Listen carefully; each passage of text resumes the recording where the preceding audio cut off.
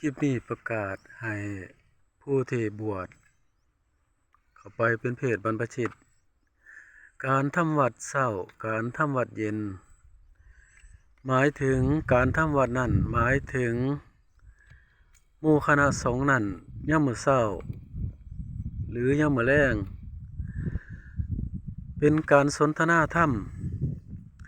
บ่แม่นว่าเอาภาษาบาลีมาท่องมาเทศน์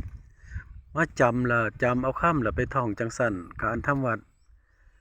มันเป็นกิจวัตรประจำวันของผู้จะบำเพ็ญภาวนาจะค้นหาความจริง